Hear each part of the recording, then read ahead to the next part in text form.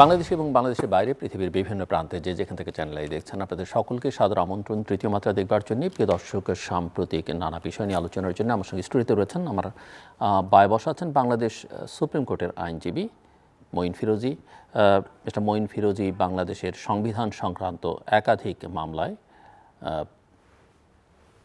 আইনজীবী ছিলেন, তার মধ্যে second amendment, 14th amendment, 16th amendment এই মামলাগুলোতে ছিলেন। বহুল আলোচিত জুডিশিয়ারির ইন্ডিপেন্ডেন্স সংক্রান্ত মাজহার হোসেন মামলায়ও তিনি আইনজীবী হিসেবে ছিলেন। আমার ডানে আছেন ডক্টর জাহিদুর রহমান, আপনাদের সবার পরিচিত লেখক এবং সোশ্যাল মিডিয়া ইনফ্লুয়েন্সার হিসেবেও আমি তাকে সামনের সারিতে রাখতে চাই। স্বাগত আপনাদের দুজনকে। মিস্টার মঈন ফিরোজী, আপনাকে বিশেষভাবে আপনি প্রথমে এসেছেন তৃতীয় মাত্রায়। বাংলাদেশে 5ই আগস্টের পরে বহুল আলোচিত শব্দ, যেটা একসময় 2007 এবং 8-এ আমরা শুনতাম, যে সংস্কার। কিন্তু এটা পরিষ্কার না যে সংস্কার আসলে কি ধরনের সংস্কার দরকার এবং সংস্কারটা সাস্টেইনেবল হবে কিনা। এই আলোচনা চলতেই এখন আলোচনা হচ্ছে যে বাংলাদেশের কনস্টিটিউশনটার মধ্যে আসলে অনেক লুফুলস আছে, অনেক কন্ট্রাডিকশন আছে। 71-এর মুক্তিযুদ্ধের যে চেতনা, যেটা অবশ্য বিগত সরকার বহুল ব্যবহার করেছে, কিন্তু কাজে সেটা দেখা যায়নি। সো কনস্টিটিউশনটা আসলে কি করা উচিত, এটা কি আর একটু অ্যামেন্ডমেন্ট সংশোধন? এর মধ্যে কিছু অংশ আছে বলা যায় 1/3 সেটা সংশোধনযোগ্য নয়, এভাবেই সংশোধন করা হয়েছিল 15th অ্যামেন্ডমেন্টের মধ্য দিয়ে। কেউ এখন মনে করেন যে বাংলাদেশে আসলে একটা ডেমোক্রেটিক রিকনস্ট্রাকশন দরকার এবং সেখানে বাংলাদেশের কনস্টিটিউশনটা আসলে রিরাইট করা দরকার, নতুন করে একটা কনস্টিটিউশন তৈরি করা দরকার, যেখানে 71-এর মুক্তিযুদ্ধের চেতনা থাকবে, 24-এর এই গণ অভ্যুত্থানের চেতনার সন্নিবেশে থাকবে। তো আপনি আইনজীবী হিসেবে এবং একজন সংবিধান নিয়ে যেহেতু আপনি প্রচুর কাজ করেন, আইনি লড়াই লড়েছেন, আপনার কাছ থেকে শুনতে চাই এক্সপার্ট হিসেবে আপনার মতামত। ধন্যবাদ। প্রথমে আমাদের এই 24-এর গণজাগরণের যারা নিহত হয়েছে তাদের আত্মার মাগফিরাত কামনা করেই শুরু করছি। বাংলাদেশের সংবিধানের মূল সূচনা লগ্নে থেকে আমাদের 72 সালে যে সংবিধানটা তৈরি হয়েছে সেখান থেকে কিছু বিষয়ে উল্লেখ করে তারপরে আপনার মূল প্রশ্নে আসি। 72 সালের সংবিধানের এই পুরো ফ্রেমওয়ার্কটা এসছে একটা পরিস্থিতিতে যেখানে বাংলাদেশের মুক্তিযুদ্ধের জাগরণ থেকে শুরু করে পরবর্তীতে যখন একটা নতুন রাষ্ট্রের রূপ নিল, স্বাভাবিকভাবেই 70-এর পরে 70 থেকে 72-এর এই অবস্থানে কিন্তু সংবিধান নিয়ে একটা ব্যাপক কাজ হয়েছে, আলোচনা হয়েছে। 70-এর দশকে আলোচনাটা হয়েছে মূলত পাকিস্তান সংবিধানের বিষয়ে, কিন্তু স্বাধীনতার পরে যখন আমরা নতুন দেশ পেলাম তখন এই সংবিধানটা নতুন আঙ্গিকে রচনার প্রয়োজন পড়ল। এই নতুন আঙ্গিকে যখন রচনার প্রয়োজন পড়েছে তখনই বিষয়টা এসছে যে একটা গণপরিষদের মাধ্যমে যখন সংবিধানটা রচনার প্রয়োজন পড়ল তখন এই সংবিধানটা রচনার প্রেক্ষাপটটা ছিল যে প্রত্যেকে যারা এখানে এই গণপরিষদে ছিল তারা সংবিধানের মূল ধারাটা যেটা হবে সেটা একটা কমিটির মাধ্যমে জিনিসটাকে ফ্রেম করেছে। ফ্রেম করার পরে যখন সংবিধানটা মূলত আলোচনায় আসলো গণপরিষদে, সেখানে দেখা গেছে যে আলোচনাগুলো সীমাবদ্ধ কিছু বিষয়ের উপরে ছিল। আলোচনাগুলো কিন্তু আমাদের কনস্টিটিউশনের যে মূল স্পিরিটগুলো নিয়ে আলোচনা হওয়ার কথা সেগুলো অনেকটাই দায়সারা গোছের আলোচনা হয়েছে। কিছু কিছু আলোচনা এসছে যেগুলো মূলত সঞ্জিত সেনগুপ্ত কিছু পয়েন্ট তুলেছেন, কিন্তু দেখা গেছে সেই আলোচনাগুলো বাস্তবে সেই মূল কনস্টিটিউশনের সংশোধনের সাবজেক্টে আসেনি। বাংলাদেশ তৈরির 72-এর কনস্টিটিউশনটা যে কমিটির মাধ্যমে ফ্রেম হয়েছে সে 72 কনস্টিটিউশনের একটা বিশেষ বৈশিষ্ট্য যেটা কোথাও আলোচনা আসে না, সেটা হলো এই সংবিধানটা অনেকটাই বিভিন্ন দেশের সংবিধানের কপি পেস্ট। এই কপি হওয়ার কারণে যেটা হয়েছে, মূল চেতনা যেটা আমরা বলি মুক্তিযুদ্ধের চেতনাটাকে অনেকে 71-এ সীমাবদ্ধ করে। আমার কাছে মুক্তিযুদ্ধের চেতনাটা বহু আগে থেকে, সে ব্রিটিশ ভারত আন্দোলন থেকে শুরু করে পাকিস্তান বিরোধী আন্দোলন পুরোটাই মুক্তিযুদ্ধের চেতনার একটা ধারাবাহিকতার মধ্যে এসছে। যখন কনস্টিটিউশনটা রচনার প্রশ্ন আসলো, আমি গণপরিষদের যে বিতর্কটা আছে সেখানে দেখেছি যে মূল আলোচনাগুলো কমিটির একটা তাদের যে তাদের মধ্যে সীমাবদ্ধ ছিল। গণপরিষদের আলোচনাগুলো খুব লিমিটেড কনটেক্সে এসছে, যার কারণে সংবিধানের কপির এই সিচুয়েশনে যেটা হয়েছে, আমাদের সংবিধানের যে মূল নীতিগুলো আছে এই মূল নীতিগুলোর সাথে সংবিধানের অন্যান্য ধারাবাহিক যে বিধানগুলো আছে অনেকগুলোর ক্ষেত্রে অসামঞ্জস্যপূর্ণতা লক্ষ্য করা যায়। যেমন একটা পয়েন্ট বলি আমি, যে আমাদের মূলনীতিতে আছে সমাজতান্ত্রিক সমাজ ব্যবস্থা, এটা আছে প্রিয়াম্বলে। আবার 10 নম্বর অনুচ্ছেদে আছে সমাজতান্ত্রিক অর্থনৈতিক ব্যবস্থা। সো অর্থনৈতিক ব্যবস্থার রূপরেখা সমাজতান্ত্রিক পদ্ধতিতে হবে, কিন্তু সমাজ ব্যবস্থা যে সমাজতান্ত্রিক পদ্ধতিতে হবে সেটার বিষয়ে কোনো ইলাবোরেশন নেই কনস্টিটিউশনে। আবার ধর্মনিরপেক্ষতা এই বিষয়টা হঠাৎ করে চলে এসছে, যেখানে অনেক দিন ধরেই অসাম্প্রদায়িকতার ব্যাপারে আলোচনা ছিল। তো মূলনীতিটাই নির্ধারণ করে দেয় পরবর্তীতে অন্যান্য যে অনুচ্ছেদগুলো আছে, অন্যান্য প্রভিশনসগুলো আছে সেটা কি করে আসবে। আরেকটা বিষয় হলো যে সংবিধানটাকে দুটো আঙ্গিকে দেখা হয়। একটা হচ্ছে আইন হিসাবে দেখা হয়, আরেকটাকে দেখা হয় এটা রাষ্ট্র ব্যবস্থার একটা মূলনীতি হিসাবে। আমাদের আইন যারা ইনভলভ ছিলেন ম্যাক্সিমাম আইনজীবী ছিলেন বা আইন সংক্রান্ত এক্সপার্ট ছিলেন, তারা আইনগুলোকে খুব সুন্দরভাবে এনেছেন, কিন্তু দেখা গেছে যে এর রাষ্ট্র ব্যবস্থার যে পরিচালনার যে মূলনীতিগুলো, জনগণের অভিপ্রায়টা কোথাও রিফ্লেক্টেড হয়নি। আরেকটা ছোট্ট বিষয়ের সাথে অ্যাড করি, সেটা হচ্ছে যে আমাদের সংবিধানে যেহেতু বিভিন্ন জায়গা থেকে, ইভেন শেখ সাহেবও বলেছেন আলোচনায়, প্রথম দিনই আলোচনায় বলেছেন যে আমরা বিশ্বের ম্যাক্সিমাম কান্ট্রি সংবিধানই দেখেছি এটা যখন রচনা করা হয়েছে। ওনার একটা কথা থেকে যেটা এসছে যে এই সংবিধানের অনেক প্রভিশন আছে যেগুলো অত্যন্ত যুগোপযোগী এবং অত্যন্ত সুন্দর, কিন্তু আমি একটা উদাহরণ দিই এইভাবে যে অনেকগুলো ফুল আছে কিন্তু ফুলের মালা গাঁথা হয়নি, যার কারণে সংবিধানের মধ্যে এই অসামঞ্জস্যতা এখন পর্যন্ত আমরা সাফার করে যাচ্ছি।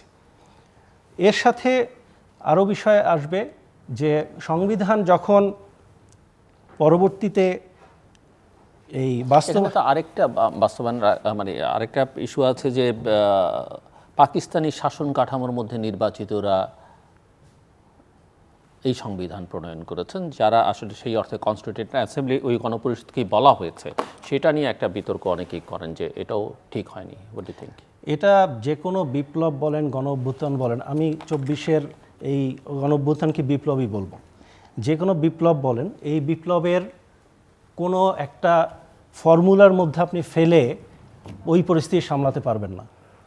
যখন 72-এর প্রেক্ষাপটে আমাদের মুক্তিযুদ্ধের পরে যে অবস্থানটা তৈরি হয়েছে, সেখানে একমাত্র গ্রহণযোগ্য অবস্থানে ছিল যারা 70-এর নির্বাচিত, তারা যে দলেরই হোক না কেন। যদিও কিছু কিছু গুরুত্বপূর্ণ দল এই ইলেকশন বয়কট করেছিল, কিন্তু একটা ফ্রেমওয়ার্ক তৈরি করতে গেলে আপনি যেমন আজকে আমরা ছাত্র জনতা ডক্টর মোহাম্মদ ইউনূসকে এনেছেন, বিকজ তার গ্রহণযোগ্যতা ওখানে আছে। 71-এর প্রেক্ষাপটেও তাই, যে একটা রেডিমেড আমাদের বাঙালি সংস্কৃতি লালন করে এরকম একটা বডি তখন ছিল। সুতরাং ওই ক্ষেত্রে আপনি গণপরিষদটাকেই মোর গ্রহণযোগ্য ছিল দেন স্বাভাবিক সাধারণ মানুষের মধ্য থেকে কোনো কিছু গঠন করা। একটা আইনগত যে সমস্যাটা হয় যে আপনি সবসময় এই আন্দোলন যে কোনো জায়গায় অভ্যুত্থান যখন হয় তখন একটা বিষয় সবাই রেজ করে যে লেজিটিমেসিটা কি, বিশেষ করে পোস্ট রেভলিউশনের যারা একটা দেশ চালায় অথবা সংবিধান প্রণয়ন করে তাদের লেজিটিমেসিটা কোথায়। লেজিটিমেসি একদম যদি আপনি আইন দিয়ে ব্যাখ্যা করতে যান তাহলে ইউজুয়ালি লেজিটিমেসি দেয়ার একটা ক্ষেত্র লাগে, কোনো কোনো ক্ষেত্রে কনস্টিটিউশন, কোনো ক্ষেত্রে মনার্ক, কোনো কোনো ক্ষেত্রে সংসদ। কিন্তু এইসব রেভলিউশনের ক্ষেত্রে স্পেশালি যখন একটা নতুন রাষ্ট্র হয় তখন তো আপনি কোনো একটা সোর্স নেই, একমাত্র সোর্স জনগণ। এই জনগণের সোর্সটাকে আপনি কিভাবে একসাথে করবেন, এই অপিনিয়নটাই কিভাবে করবেন? আপনি গণভোটে যাবেন, ওই পরিপ্রেক্ষিতে গণভোট করবেন নাকি আপনি দেশের সব কিছু অর্গানাইজ করবেন? সো আমি মনে করি যে ওই ৭১ পরবর্তী ৭২ প্রেক্ষাপটে গণপরিষদ যেটা তৈরি হয়েছিল সেটা 70-র পাকিস্তান আমলের ইলেকশন থেকে হলেও ওই সময় ওই সবচেয়ে গ্রহণযোগ্য ছিল। জি, এবং এখন সংবিধানে যখন আলোচনা হচ্ছে তখন এই আলোচনাও আছে যে গণভোট মানে আপনি কি সংবিধান দেশে আছে না নেই, স্থগিত তো না, তো এই সংবিধানে আবার গণভোটের বিধান নেই, তো সেই বিতর্কটাও আছে সামনে। আমি আসছি আপনার কাছে, ডক্টর জাহিদুর রহমানের কাছ থেকে একটু শুনে আসতে চাই যে সাম্প্রতিককালে সংবিধান নিয়ে যে আলোচনা হচ্ছে যে কী করা উচিত এবং এই রিফর্মস নাকি সংবিধানেই আসলে রিফর্মগুলো আনতে হবে যেটা টেকসই হতে পারে, এবং সেক্ষেত্রে সংবিধান নতুন করে রচনা না আগেরটাকে ঠিকঠাক করা, এবং ঠিকঠাক করতে গেলে কি হয় সেটা আবার আমি মিস্টার মঈন ফিরোজের কাছে যাব, কারণ তার কিছু এক্সপিরিয়েন্স আছে, শুনবো ডক্টর জাহিদুর রহমান। ধন্যবাদ আপনাকে। প্রথম কথাটা হচ্ছে আমাদের 15th অ্যামেন্ডমেন্টের পর আমরা বলছি খুব যে স্ট্রাকচার দাঁড়িয়েছে আমাদের কনস্টিটিউশনে, এটা হাসির ব্যাপার আসলে। মানে আমরা এমন কতগুলো কাণ্ড করেছি যে আপনি নিজেই বলছিলেন যে 1/3 অফ দ্য আর্টিকেলস আমরা পরিবর্তনের অযোগ্য করছি। এটা একেবারে বেসিক কনসেপ্টের সাথে কনফ্লিক্ট করে। আপনি ভবিষ্যৎ প্রজন্ম, মানে কথার কথা 500 বছর বাংলাদেশ পর হলো, আমাদের ফান্ডামেন্টাল রাইটস তখন কোন জায়গায় যেতে পারে আমরা ধারণা করতে পারি? তো আমি কিছুই করতে পারবো না, মানে পরিস্থিতিটা এই রকম। ধরুন আমাদের মত প্রকাশের স্বাধীনতা, নানান রকম কন্ডিশনস আছে। আমাদের সোসাইটি কোনো একদিন ম্যাচিওর্ড হলো, কোনো একজন মানুষ মনে করলো আমি এটাকে অলমোস্ট আনকন্ডিশনাল করে দেবো। আমেরিকার ফার্স্ট অ্যামেন্ডমেন্ট যেটায় ফ্রিডম অফ স্পিচ নিশ্চিত করা হয়েছে, আমাদের মতো কন্ডিশনাল না। আমরা কিন্তু যদি কিন্তু বলে অনেক কিছু, ইভেন প্রতিবেশী রাষ্ট্রের নিরাপত্তা বা সম্পর্ক কনস্টিটিউশনে উল্লেখ করেছে। প্রতিবেশী না, বন্ধুরাষ্ট্র। বন্ধুরাষ্ট্র, আচ্ছা সরি, বন্ধুরাষ্ট্র। সো আমরা কনস্টিটিউশনে উল্লেখ করেছি এমন কথা। মানে আমি শুরুতে কি পরিমাণ বার আসলে দিচ্ছি, ফলে সরকার যে কোনো আইন যখন করছে, কথার কথা এটার আলোকে আপনি যখন ডিজিটাল সিকিউরিটি অ্যাক্ট করে একই জিনিস ঢুকিয়েছেন, টেকনিক্যালি আমরা যে কেউ লজিক্যাল সমালোচনা করলে করে ফেলতে পারি, সেগুলো আমাদের কনস্টিটিউশনে আছে। কিন্তু আমার প্রশ্ন হচ্ছে 15th আগে, আমি 15th পর থেকে চেঞ্জই করতে পারছি, কিন্তু 15th আগেও আমাদের কনস্টিটিউশন কি ঠিক ছিল? বা আমি আরও পেছনে যাই, আমরা খুব 72-এর সংবিধান বলে অনেকে খুব আবেগ আপ্লুত হতে দেখি, খুব ভালো ছিল। একটা ছোট প্রশ্ন করি, মানে আমাদের ফোরফাদাররা এই কনস্টিটিউশন লিখেছেন, কথা এসছে কপি, এবং বিশেষ করে ভারতের ফেডারেল পার্টটা বাদ দিয়ে মোটামুটি ভারতের কনস্টিটিউশনের একটা বিরাট অংশ এখানে অ্যাডপ্টেড হয়েছে। এবং আমি সারপ্রাইজিংলি দেখলাম ইন্ডিয়ান কনস্টিটিউশনেও নির্বাচন কমিশনের একটা আইন তৈরি হবে এবং সেটার ভিত্তিতে নির্বাচন কমিশন গঠিত হবে। আমাদের যা হুবহু ভারতে তা। ভারতও এতদিন আইন তৈরি করে নাই, এই কিছুদিন আগে আইন তৈরি করলো। তো এখন প্রবলেম হচ্ছে, আমি 72-র কথা বলি, মানে আমরা যখন একটা রাষ্ট্র তৈরি করতে যাই আমাদের বেসিক আন্ডারস্ট্যান্ডিংটা, একটা রিপাবলিক কি আসলে, ফান্ডামেন্টাল প্রশ্নটা যদি যাওয়া যায়, রিপাবলিক হচ্ছে, আমরা রিপাবলিক তৈরি করতে গেলাম কেন? কেন আমরা মোনার্কি থেকে সরে আসলাম? আমরা সেই পুরনো ম্যাগনা কার্টার কথা যদি বলি, 800 বছর আগে ডিবেটটা কি ছিল? ডিবেটটা ছিল, রাজা তুমি সব কিছু করতে পারবা না, তুমি আইন তৈরি করো, তুমি ধরে আনো একজনকে, তুমিই বিচার করো। সো একজনের হাতে সব ক্ষমতা। So we decided to separate the powers, একটা স্টেটের পাওয়ার আলাদা করব। আমরা শাসন বিভাগ করব, আমরা আইন প্রণয়ন বিভাগ করব বা লেজিসলেচার করব, এবং আমরা বিচার বিভাগ করব। 72-এর সংবিধান বা বাংলাদেশ জন্ম হয়েছে একটা ফল্টি রিপাবলিক হিসাবে, যার কোনো আইন বিভাগ নেই। আই রিপিট, বাংলাদেশে কোনো আইন বিভাগ শুরু থেকে ছিল না। ধরুন একটা কনস্টিটিউশন আর্টিকেল 70 আছে, যেটার মাধ্যমে কোনো পার্লামেন্টারিয়ান তার দলের বিরুদ্ধে ভোট দিতে পারে না। তো আমরা যে দাবি করছি এটা আইন প্রণয়ন হবে, সরকার বা আরও স্পেসিফিকলি যদি সরকার প্রধান যদি মনে করেন এই আইনটা উনি উত্থাপন করবেন বিল আকারে, এটার বিরুদ্ধে কোনো ভোট নাই, সুতরাং উনি যা চাইছেন সেটাই পাস হচ্ছে, তাই তো? তো তাহলে কি আমাদের লেজিসলেচার কোনো দিন ছিল? 72-তে ছিল? উত্তর হচ্ছে না। কেউ কেউ ডিবেট করি আমরা যে এটা হলে হর্স ট্রেডিং হবে ইত্যাদি ইত্যাদি। আই অ্যাগ্রি, এটা ভুল না, আমিও মনে করি। কিন্তু পাকিস্তানের 63A ওদের কনস্টিটিউশন, আমরা পাকিস্তান বললে আবার অনেকে খুব সমালোচনা করি, তা খুব সুন্দরভাবে এটাকে ডিল করেছে। এটার আলাপ এখনও আছে। সেটা হলো, তারা বলেছে 3টা ক্ষেত্রে যখন প্রাইম মিনিস্টার নির্বাচিত হবেন তখন ভোট বিরুদ্ধে দেওয়া যাবে না, যখন নো কনফিডেন্স হবে এবং ট্রেজারি বিল মানি বিল হবে তখনও দেওয়া যাবে না, আরেকটা হচ্ছে যখন কনস্টিটিউশন অ্যামেন্ড করবে তখনও দেওয়া যাবে না। এই 3টা ছাড়া আর যে কোনো বিলে পাকিস্তানে সরকার যারা আছে সেই দলের লোকজন দলের বিরুদ্ধে ভোট দিতে পারে। ব্যাপারটা দর্শকদের জন্য সহজ করে বলি, তাহলে সরকার যদি কোনো আইন আনে যেটা তার দলের সদস্যরা মনে করছেন এটা পাস হওয়া উচিত না, তারা কিন্তু বিরুদ্ধে ভোট দিতে পারেন। ফলে যেটা হলো আইন বিভাগ একটা আলাদা উইং হিসাবে আমাদের সামনে আবির্ভূত হলো। This is called separation of power. ট্রাম্পের কত আইন, কত স্টেপ সেনেটে আটকে গেছে না, অথচ সেনেটে কিন্তু রিপাবলিকানদের মেজরিটি ছিল। সো 72-এও আমরা আসলে যে সংবিধান করেছি, ফান্ডামেন্টালি আমাদের রিপাবলিক ওই দিনই তৈরি হয়নি। আমরা কিভাবে এটা করলাম আমি আসলে জানি না, আজকে এটা যখন দেখি। তারপর প্রাইম মিনিস্টারের আনবিলিভেবল পাওয়ারের কথা বলছি, বা আমরা যেটা করছি, আমরা যেভাবে করেছি, আমরা ওই আলাপগুলো এখন অনেকেই জানেন যে আমরা এক্সিকিউটিভকে, আমাদের কিন্তু লেজিসলেচারের আগে কনস্টিটিউশন এনেছি, তো আমাদের মাইন্ডসেট কিন্তু ইজ ভেরি ক্লিয়ার তখন থেকে।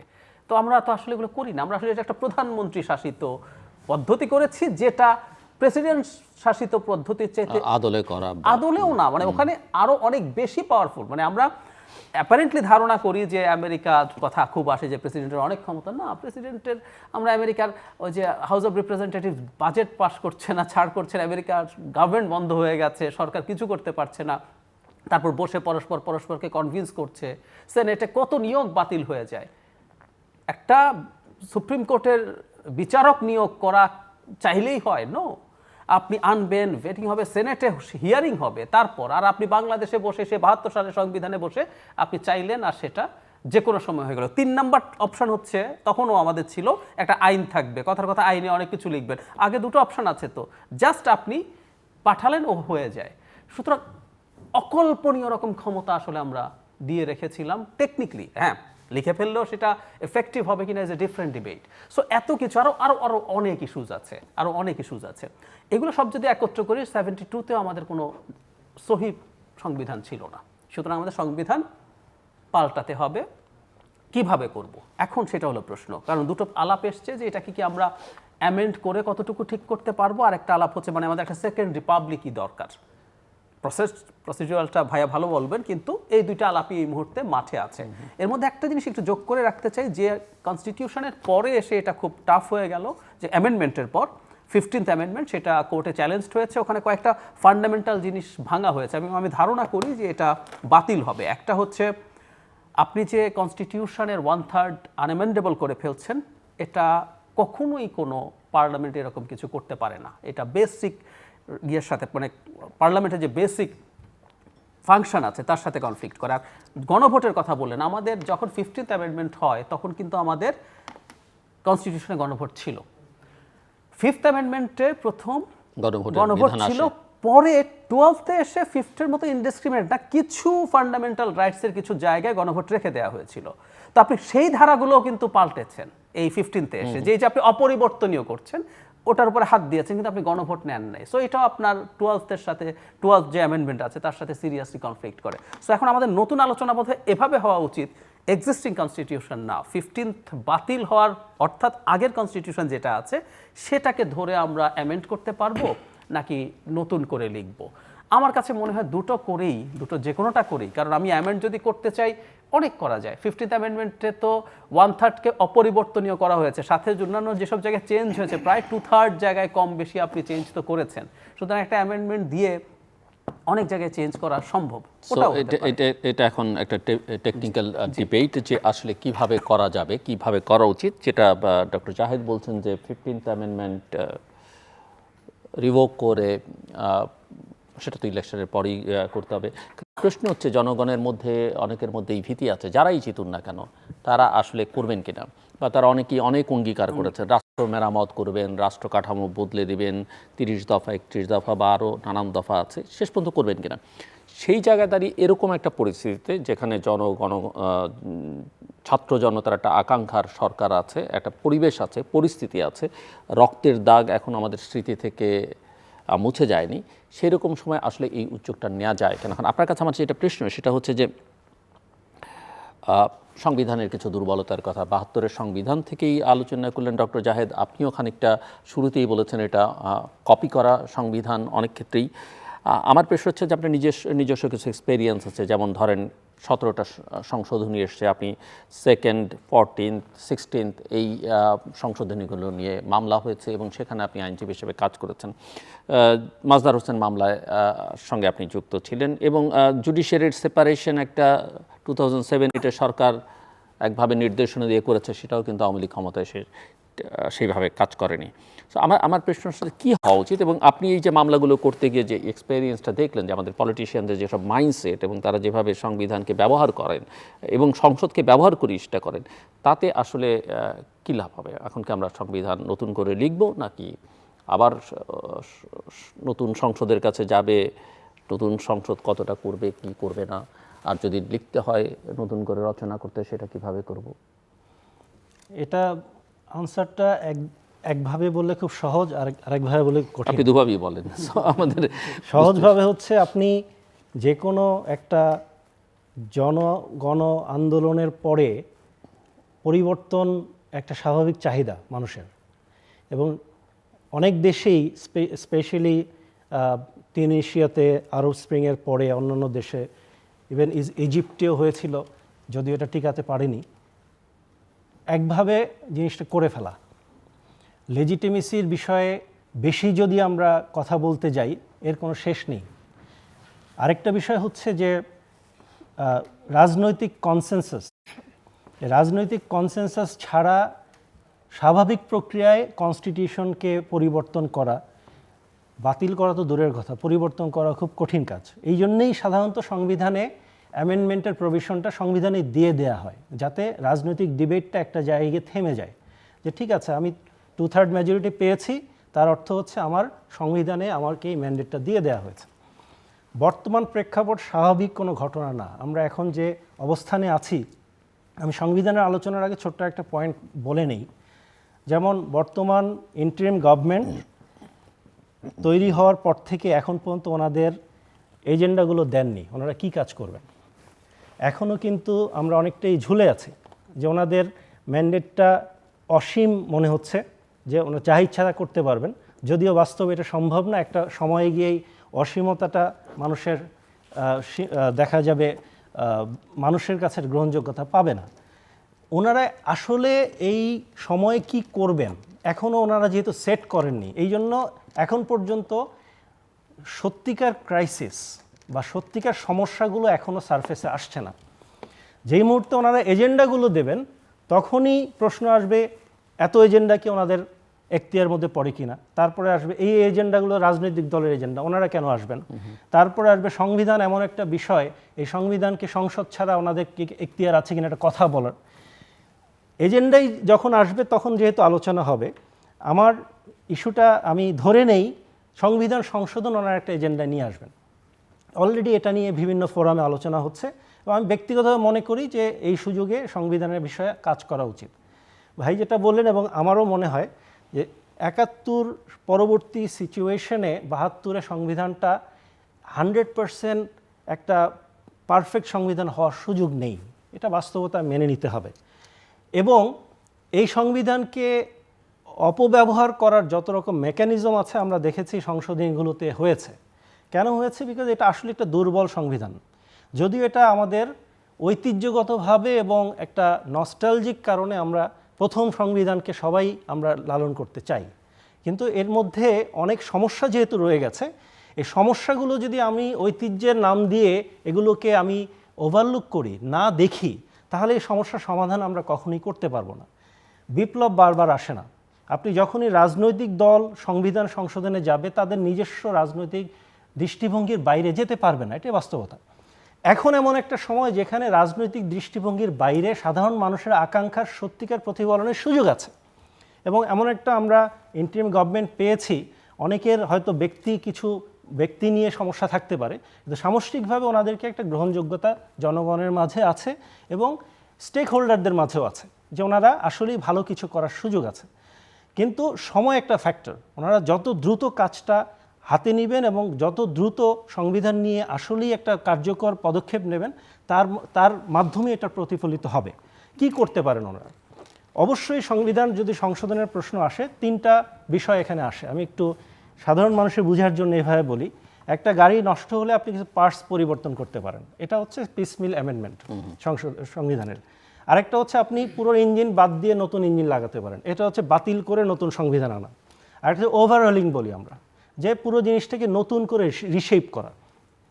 আমার কথা হচ্ছে বাংলাদেশের সংবিধানের অনেক প্রভিশনই আছে আন্তর্জাতিক অ্যাকসেপ্টেড কিছু নর্মস আছে, ইউনাইটেড নেশনসের ডিক্লারেশন হিউম্যান রাইটস, আমাদের যে ফান্ডামেন্টাল রাইটসের সাথে লিঙ্ক আছে, যদিও আমাদের এখানে এটাকে আপনি দেখবেন ডিক্লারেশন অফ হিউম্যান রাইটসে কোনো কন্ডিশন নেই, আমাদের এখানে প্রত্যেকটার পিছনে বড় বড় কন্ডিশন, প্রত্যেকটা, একটা দুটো না।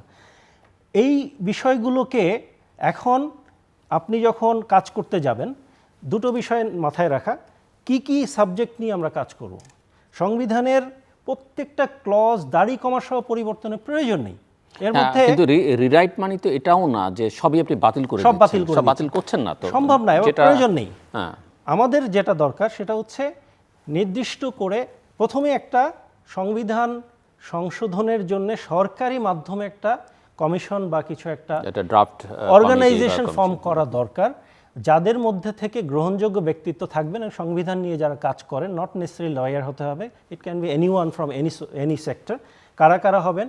একটা কমিটি হলে হয় কি, দায়িত্বটা একজনের ঘাড়ে পড়ে এবং সে দায়িত্বটা অর্গানাইজ করতে পারে। একটা সরকারের পক্ষে এই দায়িত্ব নেওয়া সম্ভব না, যেহেতু ইউজুয়ালি পার্লামেন্ট এই কাজটা করে, এখন পার্লামেন্ট নেই। এবং বর্তমানে একটা যদি ওনারা কমিশন করে দেন যারা ইনফ্যাক্ট এটা নিয়ে কাজ করবেন, তারা মূলত দেখবেন যে কোন কোন প্রভিশনসগুলো অ্যাকসেপ্টেড ইন গ্লোবালি, প্লাস কিছু কিছু বিষয় আছে কোর্টের মাধ্যমে কিছু বিষয় সেটেলড হয়েছে। এই বিষয়গুলোতে এখনই হাত দেওয়া উচিত না, কারণ কোর্ট অনেক কিছু বিবেচনা করেছে। কিছু কিছু ক্ষেত্রে প্রশ্ন থাকতে পারে, বিশেষ করে 8th অ্যামেন্ডমেন্টের ক্ষেত্রে প্রশ্ন আছে যে কোর্টের এখানে একটা ব্যক্তিগত স্বার্থের জন্য, যেটা আপনি বলছেন যে কোর্টের মাধ্যমে অনেক কিছু সেটেল হয়েছে এবং যদি মনে করেন যে সেটা হাত দেওয়া উচিত না এবং সেটা যদি সবাই মিলে ঐকমত্যে পৌঁছানো যায়, তাহলে রিরাইট করবার সময় সেই কোর্টের বিবেচনাটা মাথার মধ্যে রাখলেই হয়। ওটাই আমি বলছি যে এই কমিশন ওনারা যখন আলোচনা করবেন এবং অবশ্যই স্টেক হোল্ডারদের মাধ্যমে, সাধারণ মানুষের মাধ্যমে। এবং আরেকটা আমি কথার মাঝে কথা বলছি, আরেকটা বিষয় খুব গুরুত্বপূর্ণ, সেটা হলো আপনি যখন এই সরকারটাই গঠন হয়েছে, এটা নিয়েই কিন্তু ভবিষ্যতে একটা প্রশ্ন আসবে, এদের লেজিটিমেসি কোথায়। যেমন আমি একটা আর্টিকেল লিখেছিলাম, সেখানে আমি একটা সাজেশন দিয়েছিলাম যে অ্যাটলিস্ট বর্তমান পরিপ্রেক্ষিতে রাষ্ট্রপতির একটা অধ্যাদেশ জারির ক্ষমতা আছে। এই অধ্যাদেশ জারি করে হলেও এই সরকারকে একটা লেজিটিমেসি দেওয়া উচিত ছিল, কারণ রাষ্ট্রপতি সুপ্রিম কোর্ট থেকে একটা অপিনিয়ন নিয়েছে, এটা একটা অপিনিয়ন, এটা কিন্তু আইনগত বৈধতা প্রশ্ন সাপেক্ষ। কিন্তু যখন অধ্যাদেশ করবেন আপনি, অধ্যাদেশ কিন্তু এক ধরনের লেজিসলেটিভ ফোর্স আছে। এই সরকার গঠনের ক্ষেত্রে যদি অধ্যাদেশটা থাকতো, তাহলে কিন্তু সরকার লেজিসলেটিভ পাওয়ারটা হোল্ড করতো। এটা একটা সুপ্রিম কোর্টের এই অপিনিয়নের, সুপ্রিম কোর্টের অপিনিয়নটা অবশ্যই গুরুত্বপূর্ণ এবং এটা বাইন্ডিং অনেকের উপরে, কিন্তু লেজিসলেটিভ ফোর্স আর judicial opinion is different. Judicial pronouncement না, জাজমেন্ট না, এটা অপিনিয়ন, এবং ওনারা নিজেরাই বাধ্য না এটা ফলো করতে। আমার পয়েন্ট হচ্ছে যে কনস্টিটিউশনাল কমিটি যখন হবে তখন ওনারা নির্ধারণ করবে। আমি এই আলোচনায় আমি বলে দেবো না 1, 2, 3 এটা ঠিক করেন, আমি বলে দিচ্ছি ওনারাই সবার সাথে কথা বলে কনসেনসাস কোথায় আসে সেটা আগে ঠিক করুন, যে এই বিষয়গুলো আমাদের ব্রড আঙ্গিকে কনসেনসাস আছে। কিছু জায়গায় আপনি কিছু লোক পাবেন জীবনেও কনসেনসাসে আসতে পারবেন, এটা ধরেই নিতে হবে যে একটা পার্সেন্টেজ থাকে এরা অপোজ করবেই। কিছু আছে তাদের এজেন্ডা ড্রিভেন, পলিটিক্যালি কেউ আছে এক্সট্রিম ভিউ হোল্ড করে, কেউ আছে যে আমি এর থেকে সরবো না। তো এই মাইনরিটি বাদ দিয়ে মেজরিটি মূল জায়গা যেটা পিপলস উইল, এই পিপলস উইলের রিফ্লেকশনটা যেহেতু গণ অভ্যুত্থানে আছে, এই সুযোগটা নিয়ে একটা কমিশন করে নির্ধারিত করা যে কোন কোন প্রভিশনসগুলো সমস্যা। আমি কিছু সমস্যার কথা সারফেসে আনি। একটা হচ্ছে যে আমাদের প্রস্তাবনাটা আসলে শাসনতান্ত্রিক গঠনকে নির্দেশনা দেয়, যে আমি কিভাবে দেশ চালাবো এবং কিভাবে সংবিধানটাকে পড়া হবে। এই প্রস্তাবনাটা বা প্রিয়াম্বলটাকে রিরাইট করা, বিকজ এখানে অনেক কিছু আছে প্রপার রিফ্লেকশন নাই, সুন্দর সুন্দর কথা আছে কিন্তু এর বাস্তবায়ন নেই। আমরা বলছি সমাজতান্ত্রিক অর্থনীতি, কিন্তু আমাদের অর্থনীতি এখন ক্যাপিটালিস্ট, সো এর কোনো বাস্তবতার সাথে মিল নেই। আমাদের 90% মুসলমান মেজরিটি, সেখানে ধর্মনিরপেক্ষতার কোনো প্রকৃত ব্যাখ্যা নেই। ধর্মনিরপেক্ষতা বলতে কী বোঝাবো? কেউ এটা ধর্মহীনতা হিসাবে ব্যাখ্যা করে, কেউ এটাকে না, এটা হচ্ছে সবার সাথে সাম্যতা, এইভাবে দেখে। তারপরে রাষ্ট্র পরিচালনার মূলনীতিগুলো, রাষ্ট্রপতির মূলনীতিতে ক্লিয়ারলি বলে দিয়েছে এগুলো কোর্টের দ্বারা এনফোর্সেবল না। আপনি যখনই বড় বড় সুন্দর সুন্দর গল্প দেন এবং সেটা কোনো রকম এনফোর্সিবিলিটি না থাকে, ওখানেই কিন্তু আপনি এটাকে অফ করে দেন যে এটা আসলে বাস্তবায়নযোগ্য না, যেহেতু এটা একটা রেটরিক হিসাবেই কনস্টিটিউশনের সুন্দর শোভাবর্ধনের কাজ করছে। আপনি এখানে দেখবেন যে এমন চমৎকার কথা আছে, কোনো বাস্তবায়ন হওয়ার কোনো সুযোগ নেই। আপনি এনফোর্সমেন্ট মেকানিজম থাকতে পারে এক নম্বর, অথবা বাধ্যবাধকতা দিয়ে দিতে হয়। আইদার কোর্টের মাধ্যমে এনফোর্স করতে পারবেন, যেটা আমাদের থার্ড পার্টে আছে, যে আমাদের ফান্ডামেন্টাল রাইটসগুলো এনফোর্স করা যায়। আর কিছু আছে যেগুলো ওইটাই ল হিসেবে বিবেচিত হয়, যার কারণে ওটা কোর্টের মাধ্যমে যেতে হয় না। যারা স্টেক হোল্ডার আছে রাষ্ট্রের, জুডিশিয়ারি, লেজিসলেটিভ, এক্সিকিউটিভ, তারা অটোমেটিকলি ওটা মানতে বাধ্য। আপনি যেহেতু রাষ্ট্র পরিচালনার মূলনীতিটাকে এটা একটা জাস্ট সৌন্দর্য বর্ধনের জন্য রেখেছেন, সুতরাং এটা কেউ ওই দিকে তাকায় না, ওই দিকে তার প্রয়োজন নেই দেখার। যে শিক্ষা ব্যবস্থার ব্যাপারে কথা আছে আমাদের, কি নেই, আপনি একটা প্রভিশন দেখলে সব কিছু আছে, কিন্তু কোনো বাস্তবায়ন নেই, বাস্তবায়নের সুযোগই নেই। এটা ইগনোর করাটা খুব সহজ। দেন ভাই যেটা বললেন যে সেপারেশন অফ পাওয়ারের ব্যাপারটা খুব, এখানে আমাদের মূল সমস্যাটা কিন্তু সংবিধান না, মূল সমস্যা হচ্ছে এর প্রয়োগে যখন আসে সেপারেশন অফ পাওয়ারের ক্ষেত্রে। দেখেন আর্টিকেল 70-র কথা বলেছেন, এটা একটু ছোট্ট আপনার সাথে অ্যাড করি আমি।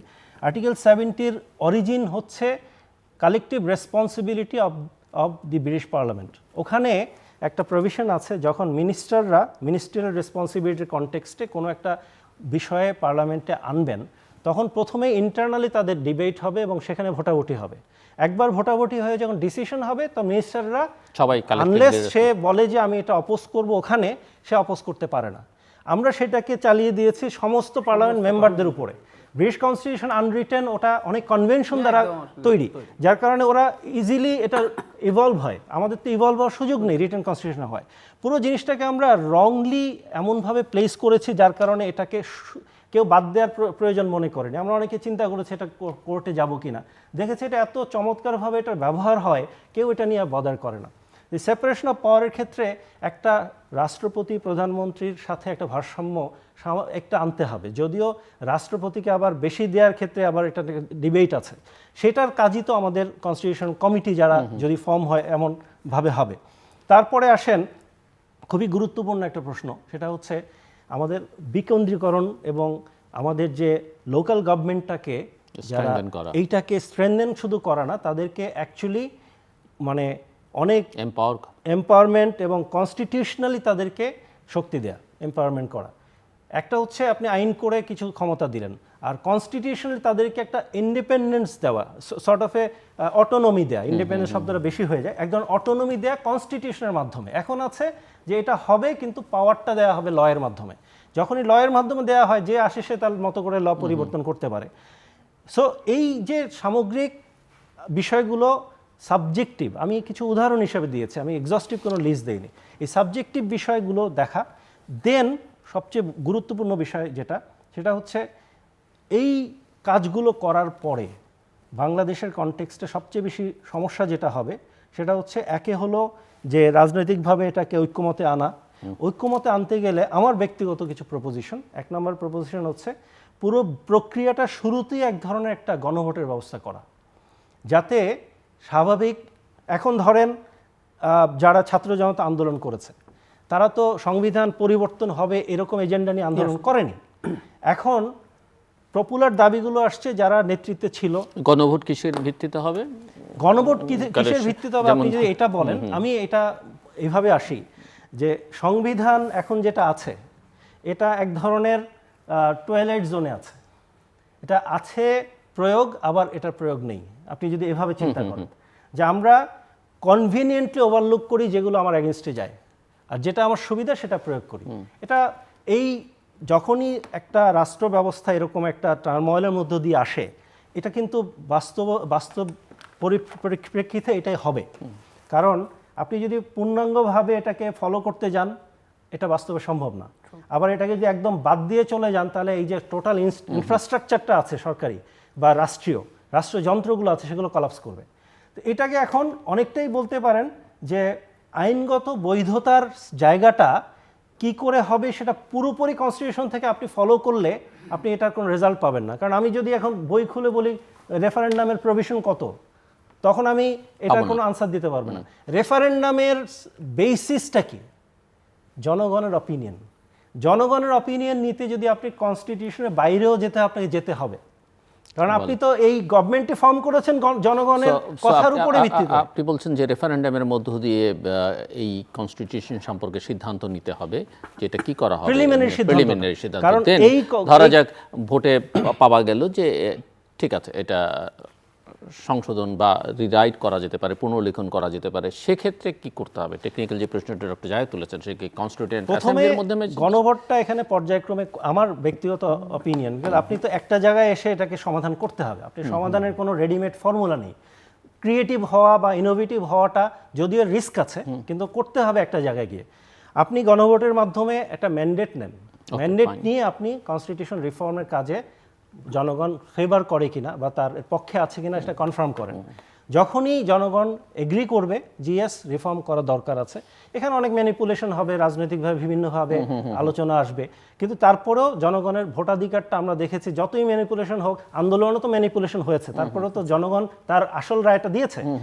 যখনই, এবং আরেকটা কথা হচ্ছে, এখনকার জনগণ সেই আমাদের ৭১ পূর্ব জনগণ না, এখানে 99% মানুষ সচেতন। সো সচেতন যারা, অনেকেই বলবে এরা কনস্টিটিউশন কি বুঝবে, অনেক আপনার আমার থেকে কোনো অংশে কম বুঝবে না, ওরা ধারাগুলো বুঝবে না, ওয়ার্ডসগুলো বুঝবে না, কারণ আমরা অনেক সময় লয়াররা শক্ত শক্ত শব্দ দিয়ে অনেক কিছু বলি, সাধারণ মানুষকে অনেক সময় এটা বিভ্রান্ত করে, কিন্তু বাস্তবতা হচ্ছে মানুষ বোঝে। এই ধারণা দিয়ে বুঝতে হবে, কারণ আপনি যখন বলছেন it's a solemn expression of the will of the people, তার মানে এটা উইল অফ দ্য পিপল যদি আপনি বিশ্বাস না করেন, তাহলে আপনি আলটিমেটলি সংবিধান নিয়ে কথা বলবেন কি? ওকে, ধরা গেল যে জনগণ কনফার্ম করবে, প্রথমেই আপনি একটা লেজিটিমেসি মোটামুটি নিয়ে নিলেন, তারপরে যখন কনস্টিটিউশনটা একটা জায়গায় আসবে, সেখানে স্টেক হোল্ডাররা এবং বিভিন্ন শ্রেণী পেশার মানুষরা কন্ট্রিবিউট করলো এবং একটা অবস্থানে দাঁড়ালো, খসড়া দাঁড়ালো। খসড়া দাঁড়ানোর পরে অবশ্যই এটা বিভিন্ন ক্ষেত্র আছে যাদের আমাদের ৭২-এর কনস্টিটিউশনের সময়ও পাবলিকের অপিনিয়ন চাওয়া হয়েছিল, কিন্তু মজার ব্যাপার হচ্ছে অপিনিয়নটা চাওয়া হচ্ছে খসড়া ছাড়া, খসড়াই নেই, কি অপিনিয়ন দিবে মানুষ, এবং ৮৪টা মনে হয় বা ৮২টা অপিনিয়ন এসেছিল এবং একটাও আলোর মুখ দেখেনি।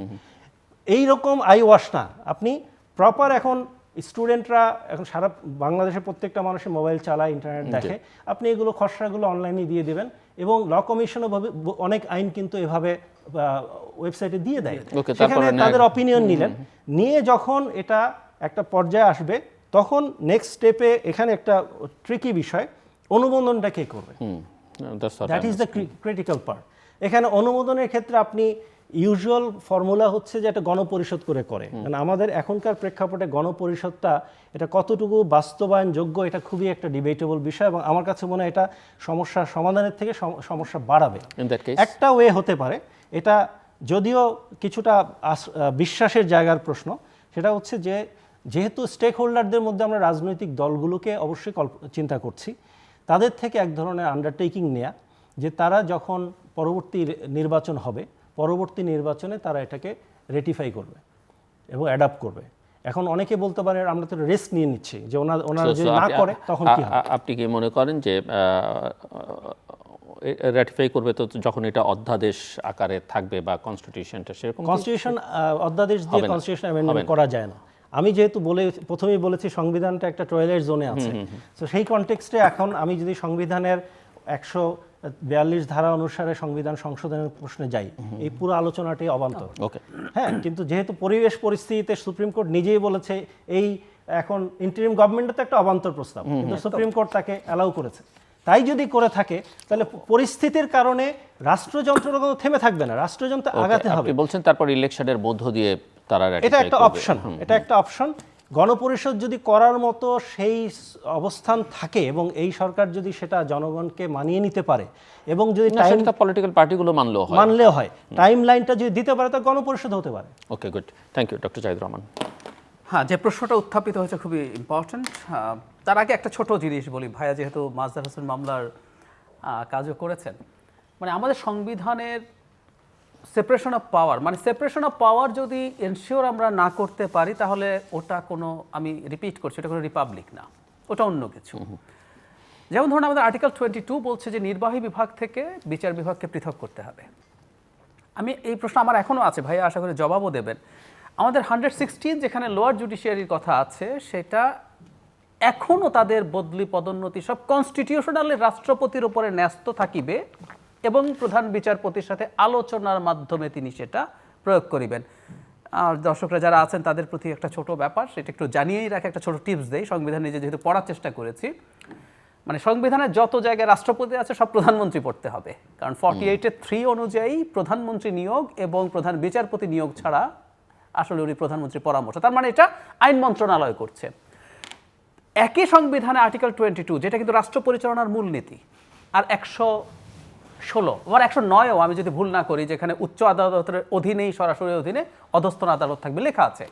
ইন্টারেস্টিংলি 1972 যে কনস্টিটিউশন, খুব মজার ব্যাপার হলো 16th অ্যামেন্ডমেন্ট যখন সরকার করে, সরকার যুক্তি দিচ্ছিল যে আমাদের 72 এর কনস্টিটিউশনে এটা ছিল, এটা পার্লামেন্টের কাছে ছিল। এই সরকারটাই আবার এটা গোপন করে যে আমাদের 72 সালে 116-এ শুধুমাত্র সুপ্রিম কোর্ট ছিল, মানে অধস্তন আদালতের এই বদলি পদোন্নতি যা যা ছিল সব শুধু সুপ্রিম কোর্ট, একটা সেপারেশন অফ পাওয়ার মানে কিন্তু সেটা।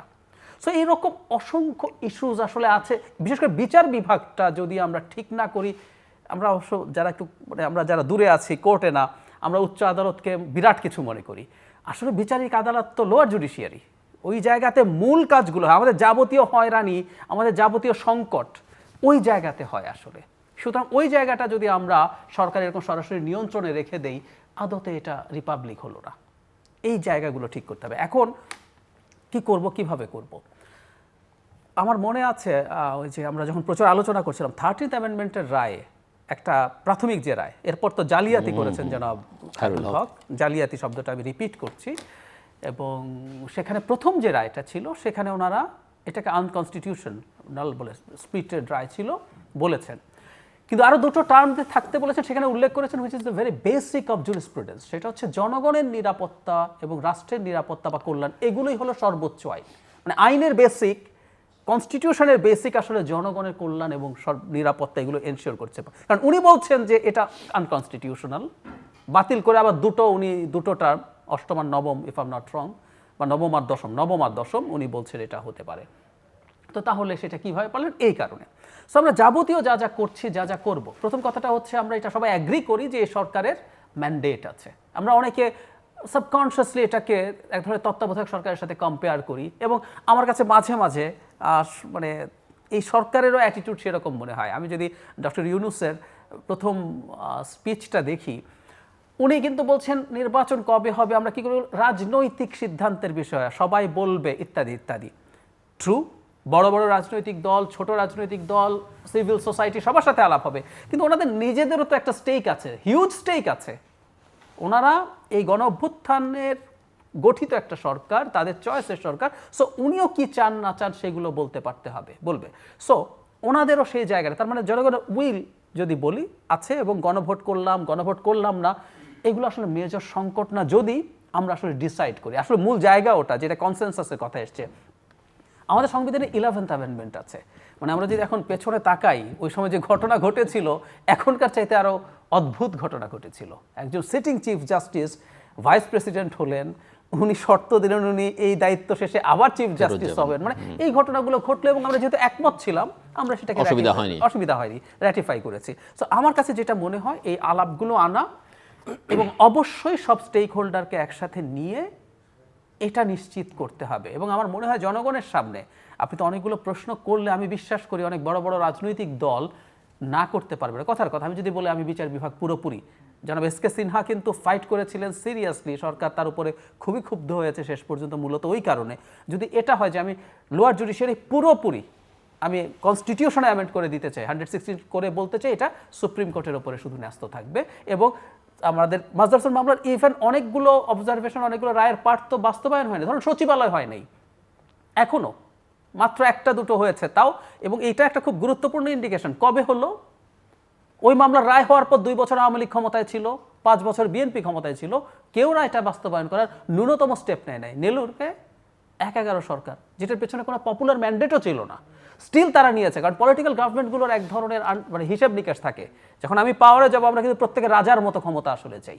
দ্যাটস দ্য প্রবলেম আমাদের, ওই জায়গায় যেহেতু সমস্যা আছে। তো আমরা যদি এরকম একটা কমিটি করি, কমিশন করি, গণভোটের মাধ্যমে যদি নিয়ে নেই, আগে ভাইয়া যেটা বললেন যে আমরা কনস্টিটিউশন অ্যামেন্ডমেন্ট চাই, আলোচনা হলো। সো আমি যদি এই আলাপটা মাঠে ছেড়ে দেই, আমি জুডিশিয়ারি পুরো ফ্রি করতে চাই, আমি আমাদের লেজিসলেচার ট্রু লেজিসলেচার করতে চাই। হ্যাঁ, তোমার ক্ষমতা যাবে না, আমি এই ব্যবস্থা করছি, আদার দ্যান দ্যাট সব জায়গায় আমি তোমার বিরুদ্ধে ভোট দেবে, এই আলাপগুলো যদি মাঠে আনা হয় কথার কথা, বড় কোনো রাজনৈতিক দল, আমি স্পেসিফিকলি যদি বলি বিএনপি, তার জন্য কি এটা বলা সহজ হবে যে না আমি এটা মানি না, আমি বিচার বিভাগ সরকারের হাতেই রাখবো?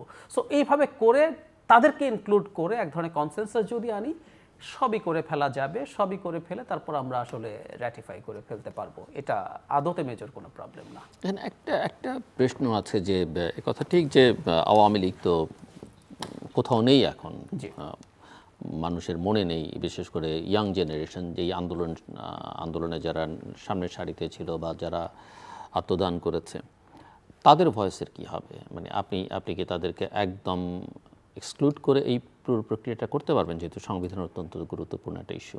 আমি ব্যক্তিগতভাবে মনে করি যে এই প্রসেসের মধ্যে আওয়ামী লীগকেও ইনভলভ করা উচিত। মানে আওয়ামী লীগের কি হবে ভবিষ্যৎ, এখন এটা একটা প্রশ্ন আছে। খুব শক্ত যুক্তি আছে আওয়ামী লীগকে নিষিদ্ধ করার, আলাপও আছে। মানে সহজ উপায় হচ্ছে এই কয়েকদিন আগে জামায়াতকে তারা যেভাবে নিষিদ্ধ করেছে ঠিক সেই আইনে, সেটা তো কোনো কাজে দেয়নি, প্রমাণিত হলো কয়েকদিনের ব্যবধানে কোনো কাজে দেয়নি। চেঞ্জ না হলে কাজ করতো। সন্ত্রাস বিরোধী দমন আইন যে 2009, ওটার 18A প্রধানমন্ত্রী নিজে উল্লেখ করছেন, ক্লিয়ারলি লেখা আছে। এবং আওয়ামী লীগ সব ছেড়ে দেন, 4 আগস্ট যে সন্ত্রাসী কর্মকাণ্ড দল হিসেবে করেছেন, এটা দিয়েও পারেন। আরেকটু পেছনে যদি যান, এন্টায়ারলি আপনি, আওয়ামী লীগের কিন্তু হিস্ট্রি আছে। আওয়ামী লীগ কিন্তু বাংলাদেশের গণতন্ত্র, 4th অ্যামেন্ডমেন্ট, শেখ মুজিবুর রহমানের সময় এই দেশের গণতন্ত্র হত্যা করেছিল। এটা একটা ঘটনা না, আরেকটা প্রেসিডেন্স তৈরি হলো। আমাদের এখানে অসংখ্য মানবতা বিরোধী অপরাধ তারা করেছে মানে দল হিসেবে, চাইলে সেটাকে আমলে নিয়ে করা যেতে পারে। কিন্তু আমি সরকারের মধ্যে দেখলাম যদি আওয়ামী লীগকে নিষিদ্ধ করা না হয়, তাদেরকে এই প্রসেসে আনতে হবে। আওয়ামী লীগের যাদের অপরাধ আছে তাদের জেনুইন বিচার, এটা কিন্তু আমরা আবার একটা বাজে প্র্যাকটিস দেখছি আগের মতো, সেটা না, জেনুইনলি তাদের বিচার হোক। এরপর আওয়ামী লীগকে যারা রিপ্রেজেন্ট করবেন, যারা ওই বিচারে মুক্ত হয়ে আসবেন অথবা বিচারে অভিযুক্ত হবেন না, তারা যদি আসেন, তাদেরও বক্তব্য আমাদের সোসাইটিতে, তাদের সংখ্যা এখনো খুব কম যে তা না, অনেক মানুষের তীব্র ক্ষোভ বিদ্বেষ আছে। কিন্তু একটা রিপাবলিক তৈরি, একটা রাষ্ট্র তৈরি করার ক্ষেত্রে আমরা সব ভিন্ন মতকেও অ্যাকোমোডেট করতে হবে। সো আওয়ামী লীগকে আমি এর মধ্যে অন্তর্ভুক্ত করা। মঈন ফিরোজী, এই কথার সূত্র ধরেই আলোচনাটা যেখানে নিতে চাই আমি, সেটা হচ্ছে যে এই যে মামলা মোকদ্দমা হচ্ছে প্রচুর, মানে 8ই আগস্টের পরে বা 5 তারিখের পর থেকেই যে হওয়া শুরু হয়েছে, মানে এটা ভবিষ্যৎ কি? আওয়ামী লীগের ভবিষ্যৎ কি? এই অপরাধীদের ভবিষ্যৎ কি? নিরপরাধদের ভবিষ্যৎ কি? সব মিলিয়ে একটু আপনার কাছ থেকে একটা জিনিস একটু যোগ করে রেখে, আওয়ামী লীগের যারা অপরাধ করেছে, প্রশাসনের, পুলিশের কোনো না কোনো ভাবে, ইভেন অনেক কোলাবোরেটর ছিল। আমি কিন্তু তাদের স্বাধীন মত, অনেক সাংবাদিক আছে এরকম, ব্যবসায়ী আছে, এরকম কিছু মানুষের, বেশ কিছু মানুষের খুব সিগনিফিকেন্ট বিচার যদি আমরা করতে না পারি, আসলে আমরা আমাদের শহীদদের রক্ত, যারা আহত হয়েছে তাদের সাথে আমাদের স্পষ্ট বেইমানি করা। এবং এটাই final round, so closing remarks সহ জাস্ট 3-4 মিনিটস। বর্তমানে এই 24-এর গণ আন্দোলনের যে ঘটনাগুলো হয়েছে, এগুলো পিওরলি ক্রাইম। রাজনৈতিকভাবে দেখানো হলেও যেভাবে ছাত্র জনতার উপরে গুলি হয়েছে, অত্যাচার হয়েছে, এগুলো একদম ফৌজদারি আইনে বিচারযোগ্য। সমস্যা যেটা হচ্ছে, আমাদের দেশে দুটো সমস্যা হয়। একটা হচ্ছে আমরা সব কিছু তাড়াহুড়ো করতে চাই, 1 নাম্বার। আরেকটা হচ্ছে যে রাষ্ট্র ব্যবস্থা এই সমস্যাগুলো তৈরি করেছে, স্পেশালি পুলিশ বাহিনী, তাদেরকে দিয়ে আমি এই মুহূর্তে মামলাগুলো করাচ্ছি। এতে যেটা হয়, প্রথমত তাড়াহুড়ো কি করে হচ্ছে দেখবেন, বিভিন্ন ব্যক্তি বিভিন্ন জায়গায় ব্যক্তিগত মিডিয়াতে আসার জন্য অথবা তার একটু নাম ফলানোর জন্যে একটা মামলা করে বসছে। তার কাছে কোনো এভিডেন্স আছে কিনা, সে মামলা আদৌ এটা টিকাতে পারবে কিনা, এগুলো চিন্তা না করেই মামলা করছে। এটা একটা সমস্যা। আরেকটা সমস্যা হচ্ছে, পুলিশ যে মামলাগুলো করছে বিভিন্ন জায়গায়, হত্যা মামলাগুলো করছে, ওখানে ওরা ট্রেডিশনালি যেভাবে এফআইআর লিখেছে ওইভাবেই লিখছে যে এই হয়েছে, এবং এর সাথে অনেকগুলো নাম দিয়ে দিচ্ছে, এবং নামগুলো দেখা যাচ্ছে যে এমন সব নাম দিচ্ছে তারা ওই টেরিটোরিয়াল এরিয়াতে নেই, হুকুমদাতা নাম দিয়ে সারা দেশের বিভিন্ন জায়গা থেকে তার যেসব নাম পছন্দ এগুলো দিয়ে লাস্টে বলছে আরও 200-300।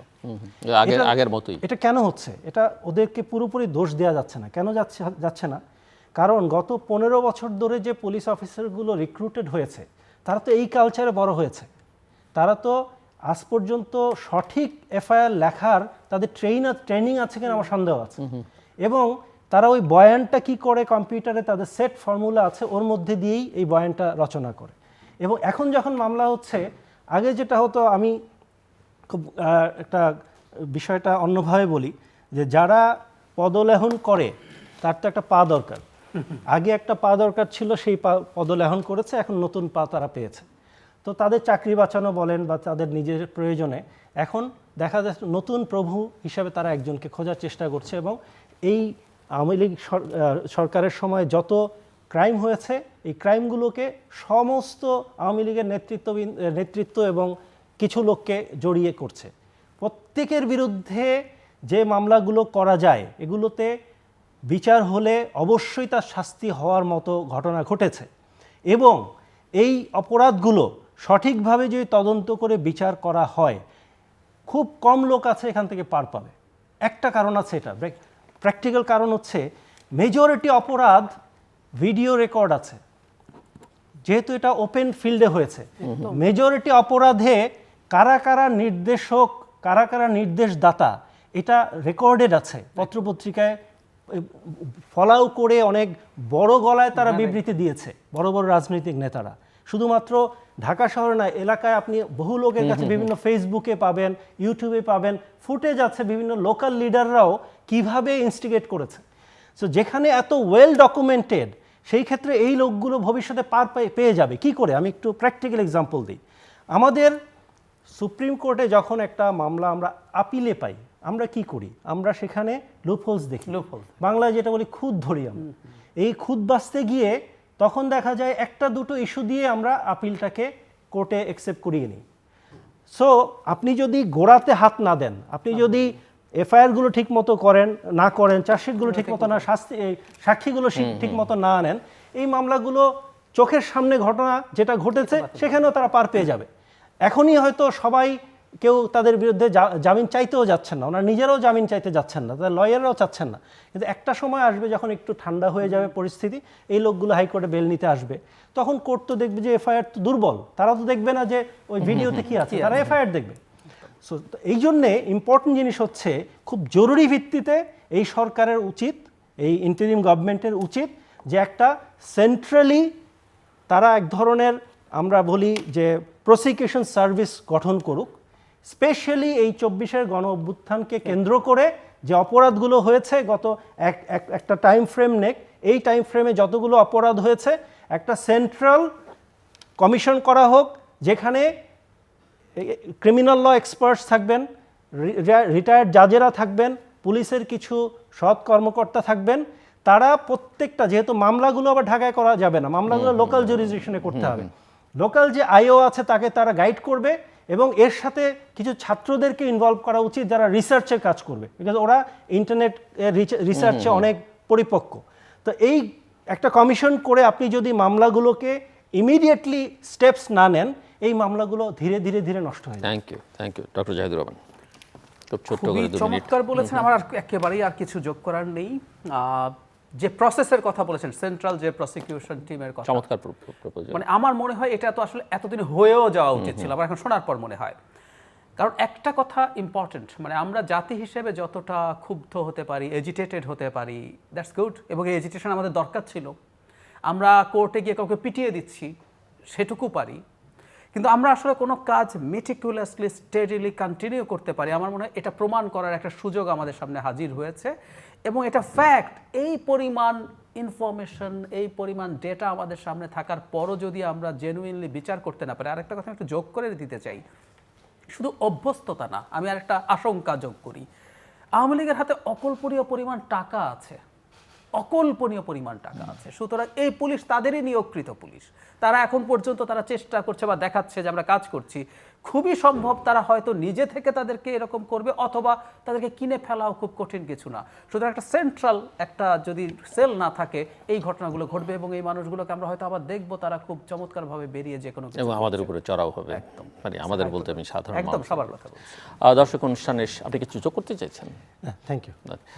অনুষ্ঠানের শেষ প্রান্তে সামাজিক যোগাযোগ মাধ্যম ফেসবুক, এক্স এবং ইউটিউবে তৃতীয় মাত্রা লাইভ স্ট্রিম হচ্ছে, আপনারা দেখতে পারেন। টেলিভিশনের পর্দায় দেখতে না পারলে যে কোনো সময় যে কোনো স্থান থেকে ইউটিউবে তৃতীয় মাত্রা চ্যানেল চ্যানেলটি সাবস্ক্রাইব করে এই পর্ব বা পুরনো পর্বগুলো আপনারা দেখতে পারেন। ডক্টর জাহিদুর রহমান এবং মিস্টার মঈন ফিরোজ, অসংখ্য ধন্যবাদ এই আলোচনা অংশ নেবার জন্য। দর্শক, সেকেন্ড রিপাবলিকের কথা এর আগে উচ্চারিত হয়েছে, আজকে উচ্চারিত হলো, এবং সেখানে আমরা আমাদের কনস্টিটিউশন নিয়ে কী করব, কারণ মূল সমস্যাটা ওই জায়গায়। যদিও আমাদের রাজনৈতিক সংস্কৃতি যদি উন্নত মানের হতো, আমাদের শিক্ষা দীক্ষা থাকতো, ভালো রুচি থাকতো, সভ্য হতাম, তাহলে হয়তো আমরা এই লিখিত দলিল ছাড়াও দেশটা চালাতে পারতাম, যেমনটা ব্রিটেন পারে। সেই জায়গায় আমাদের কি করণীয়, আমার অতিথিরা নানা পরামর্শ দিয়েছেন। আইনি পরামর্শ এসছে যে কোন প্রক্রিয়া আমরা যেতে পারি, কিন্তু তার আগে যেটা নিশ্চিত হওয়া দরকার সেটা হচ্ছে যে সরকারে বা দায়িত্বে যারা আছেন তাদের আসলে এজেন্ডাটা কী সেটা তাদেরকে পরিষ্কার করতে হবে। সেটা এখনও তারা পরিষ্কার করেন না, আমার অতিথিরাই বলছিলেন। এবং তাদেরকে এটাও মাথায় রাখতে হবে যে তাদের জন্য যে ম্যান্ডেট বা যে ছাত্র জনতা তাদেরকে ক্ষমতায় বসিয়েছে, দায়িত্বে বসিয়েছে, সেটা অসীম সময়ের জন্য নয়, সেটা তাদের মাথায় রাখতে হবে। নতুন নতুন সমস্যা আসবে এবং অনেক পুঞ্জীভূত সমস্যা আছে। এগুলো মানুষ যখন ফেস করতে শুরু করবে বা এগুলো নিয়ে কথা বলতে শুরু করবে, তখন কিন্তু এই জনপ্রতিনিধি যারা নন, এমন যারা ক্ষমতায় আছেন, তাদের জন্য রাষ্ট্র পরিচালনা কঠিন হয়ে বা দূর হয়ে উঠবে। সেই জায়গায় এটা তারা মাথায় রাখতে পারেন যে তারা আসলে কি করবেন না করবেন সেটা পরিষ্কার করতে হবে। আরেকটা কথা হচ্ছে, যেভাবে মামলাগুলো হচ্ছে 5ই অগাস্টের পরে, সেটা নিয়ে একটা আমি বলবো আমরা তিনজনই একমত এখানে, অন্তত আমরা দুজন যিনি প্রস্তাব দিলেন তার বাইরে একমত, যে এই প্রস্তাবটি এর আগ পর্যন্ত আমরা কারো কাছ থেকে পাইনি। এটি উত্তম প্রস্তাব। একটা প্রসিকিউশন সার্ভিস করা উচিত বা সেন্ট্রালি একটা কমিশন করা উচিত, এবং তার মধ্য দিয়ে আসলে এই 5ই অগাস্টের পরে বা আগে 36 দিনে যা ঘটেছে, এমনকি আমরা যদি পেছনে তাকাতে চাই, গত 15 বছরের হিসেব নিকেশ করতে চাই, তাহলে একটা কমিশন করে সেটা করা উচিত। বিশেষ করে এই জুলাই অগাস্টের ঘটনাবলীর একদম চাক্ষুষ প্রমাণাদি সবার হাতেই, অনেকের হাতেই আর রয়েছে। কাজে এই বিষয়টি অত্যন্ত গুরুত্বের সঙ্গে সরকার বিবেচনা করবে আমরা আশা করি। আমাদের সঙ্গে থাকবার জন্য অসংখ্য ধন্যবাদ। আপনাদের সবার জন্য শুভকামনা।